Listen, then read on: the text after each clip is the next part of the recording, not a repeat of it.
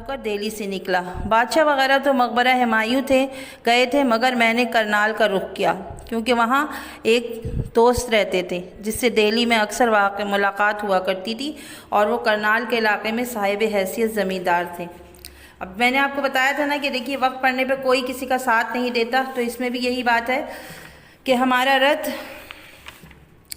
اجمیری دروازے سے باہر نکلا۔ راستہ تو لاہوری دروازے سے تھا، مگر ادھر انگریزی فوج کا ڈر تھا، تو دیکھا ہزاروں آدمی، عورت، مرد، بوڑھے، بگچیاں سروں پر رکھے حیران و پریشان چلے آ رہے ہیں۔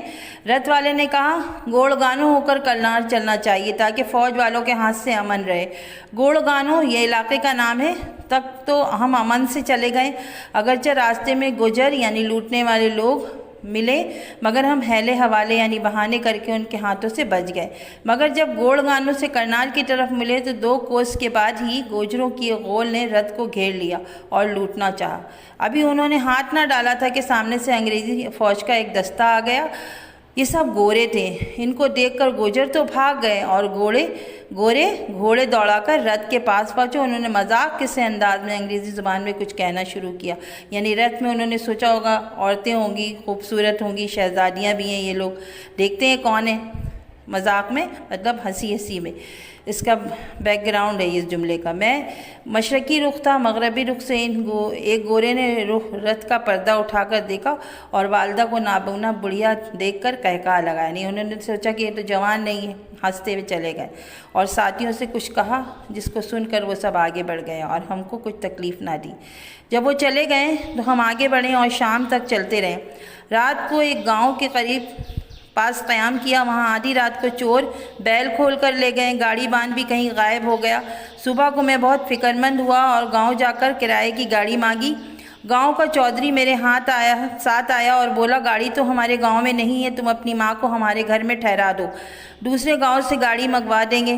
میں نے اس کو غنیمت سمجھا اور والدہ کو لے کر چودھری کے گھر چلا گیا۔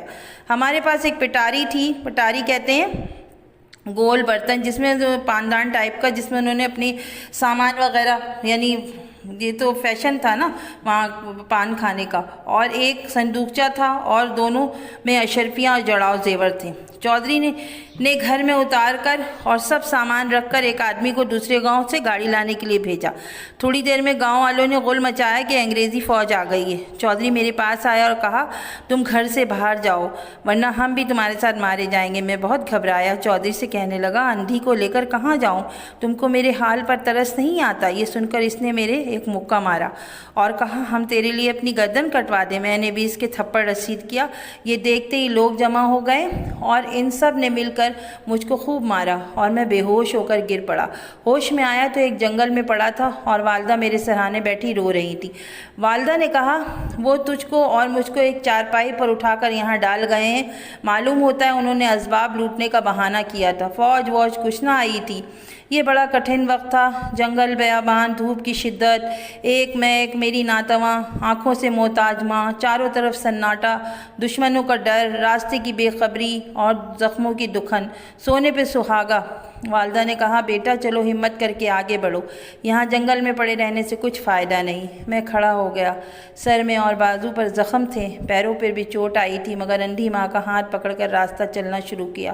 کانٹے دار جھاڑیاں سارے میدان میں پھیلی ہوئی تھیں، جنہوں نے بدن کے کپڑے پھاڑ ڈالے، پیروں کو لہولہان کر دیا۔ دیکھیں یہاں سے اندازہ ہوتا ہے نا پڑھ کے کہ بادشاہوں کا اور شہزادوں کا کیا حال ہوا، یعنی یہ سبق پڑھنے کے بعد اندازہ ہو رہا ہے نا کہ وقت ایک جیسا نہیں رہتا۔ بہرحال والدہ ٹھوکریں کھا کھا کر گر پڑتی تھیں اور میں ان کو سنبھالتا تھا، مگر زخموں کی کمزوری سے مجھ میں بھی چلنے کی ہمت نہ تھی۔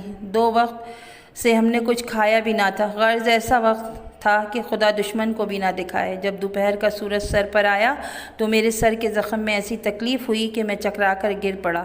ہوش تھا مگر اٹھنے اور چلنے کی طاقت نہ تھی۔ والدہ نے میرا سر اپنے زانوں پر رکھ لیا اور یہ دعا مانگنی شروع کی، الہی مجھ پر رحم کر، میرے گناہوں کو معاف کر دے، میرے بچے کی جان بچا لے۔ خدایا یہ اندھی شہزادی تیرے آگے ہاتھ پھیلاتی ہے، اس کو محروم نہ کر، ہمارا تیرے سوا کوئی نہیں، آسمان زمین ہمارے دشمن ہیں، تجھ بن کس سے کہوں، تو جس کو چاہے عزت دے، جس کو چاہے ذلت دے۔